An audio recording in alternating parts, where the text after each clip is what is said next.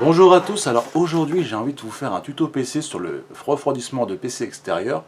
En dehors de toutes les vidéos que j'ai pu vous faire et vous proposer pour vous aider à que vos machines se tiennent le maximum en vie, je vais vous faire donc un côté marketing sur deux produits que j'ai vus parce que j'étais très tenté de voir l'expérience que ça pourrait donner et de vous faire une véritable test de voir si ça a vraiment un réel impact sur le refroidissement du PC portable.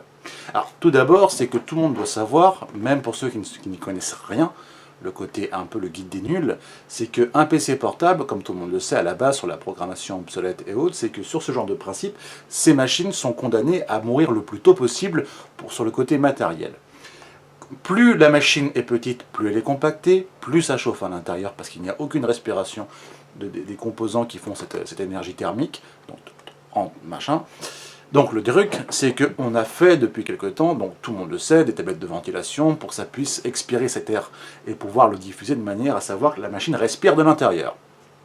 Le truc, c'est que effectivement, si on regarde bien, les machines peuvent durer beaucoup plus longtemps que de 3 ans, 5, 7 ans, voilà.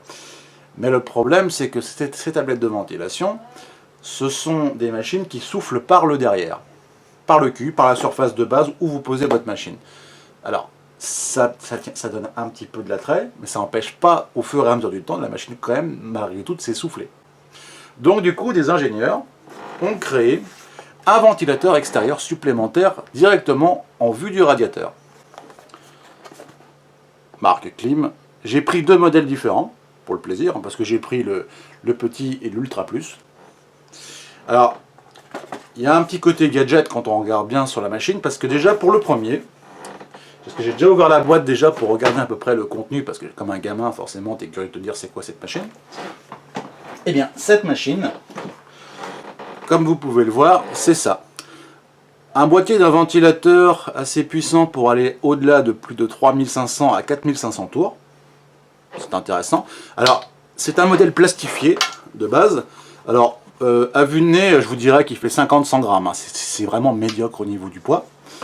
Alors, il est fourni avec, selon le type de votre radiateur, pour empêcher que l'air soit bien filtré. Donc c'est vraiment professionnel hein, de base, c'est vraiment cool. Donc j'ai déjà monté la partie qui est ici avec la ventouse, comme vous pouvez voir ici déjà. Alors ce que je vais faire pour la vidéo, c'est que je vais vous montrer la facilité de le mettre, déjà pour le voir, tester avec vous. Mais ce que je vais faire, c'est que je vais faire un test des sondes en plus en dehors sur la capture d'écran, pour vous montrer réellement si ça vaut le coup ou pas. Rappel pour tout le monde, particulier et professionnel, car cette vidéo s'applique pour tout le monde, pour la connaissance et aussi le fait de la qualité du produit, savoir si ça vaut réellement le coup. Un processeur ne doit pas excéder plus de 70 degrés.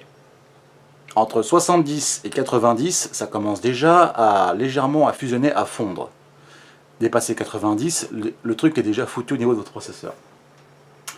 Donc au niveau de la surveillance de ce PC portable, sur un MSI Gaming, j'ai approximativement 50 degrés, 28 tatatita, donc 50, on va dire qu'en moyenne je suis à du 40-50, ce qui est très intéressant. Donc déjà, ça fait depuis 2016 que j'ai fait l'acquisition de mon PC portable, donc bientôt pour sa 3e année auquel que je vais donc en ma possession. Il n'a pas été abîmé au niveau du pros, ce qui est plutôt cool, donc ça me fait plaisir. Donc du coup ce que je vais faire c'est que là, en port USB, alors, est-ce qu'on le verra bien à travers l'image? Vous voyez ce gros boîtier? C'est lui. Donc du coup, je vérifie bien que ce soit bien fait. Hop là, j'appuie 2 secondes. Voilà. Je vais le mettre au maximum de ses capacités.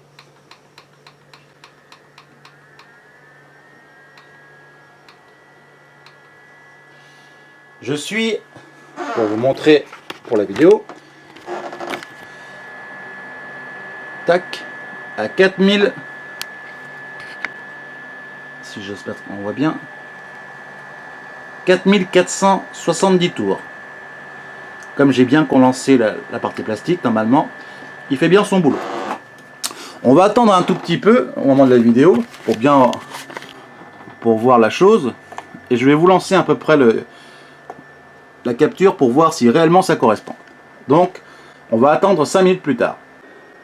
Après plus de 5 minutes passées, si vous regardez bien mes valeurs, Je suis passé donc de la valeur 39 à 49. J'étais donc un peu plus de 52-53, ce qui est excellent. J'ai perdu presque 15 degrés. Donc la première conclusion, c'est déjà qu'avec cette machine, c'est énorme. Énorme la capacité de ce que j'ai perdu pour refroidir.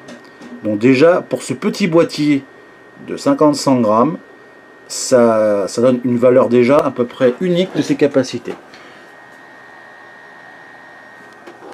Les performances parlent d'elles-mêmes. J'ai perdu en un temps record une densité d'air magnifique.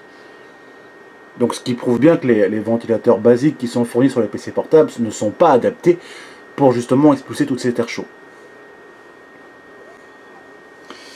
Maintenant on va faire une deuxième expérience, c'est de prendre l'autre appareil, le brancher séparé pour faire une comparaison de produits, et ensuite d'essayer de brancher, comme j'ai sur ce PC portable, deux radiateurs, voir sa réaction. Pour le premier de clim, c'est déjà énorme. Maintenant le second. Boîtier beaucoup plus gros. Comment est la machine? Donc, alors déjà ce que je peux vous dire, c'est que c'est déjà du gros boîtier. L'autre c'était un petit boîtier basique de disque dur. Oh la vache. Oh putain. Alors, le premier, pour moi, faisait 50-100 grammes. Lui, il en fait dans les 300-400. Il a un beau côté métallisé. Il est propre. Il est ultra stylé. Pareil, il est fourni avec caoutchouc. Donc je vais préparer déjà pour le montage. Alors même si cette machine, je ne l'ai jamais testée, c'est franchement, ils sont adaptés pour tous les types de radiateurs. Et franchement, c'est vraiment du gros matos. Ils coûtent pas cher, hein. Par rapport au prix, je vous laisserai les liens sur LDLC, parce que c'est vrai que je les ai achetés pour dire, je vais tester pour la vidéo, pour voir ce que ça vaut, parce que on en parle de plus en plus au State et autres. Donc je me dis, en France, c'est pas très connu. Je vais tester. Oh, putain. Il y a du matos de tout. Même le câblage, regarde comment il est beau, contrairement à l'autre qui est un port USB 2 classique, regarde celui-là. Il est magnifique. 3300, 4300. Alors, pour l'instant, je fais l'expérience des doubles, hein, pour voir ce que ça va donner si en supplément, parce que vu que j'ai double radiateur sur le MSI, ce qui vaut réellement. Alors, il est plus stylé pour le côté donc, de réglage avec le bouton de puissance, et aussi le côté lumière, je crois. Ok, t'as le côté changement de lumière, bon, c'est un petit côté soft, quoi. Ok, bon. Attendons 5 minutes pour voir les résultats que ça va procurer, pour voir s'il va encore plus refroidir ou pas avec ces deux modèles combinés.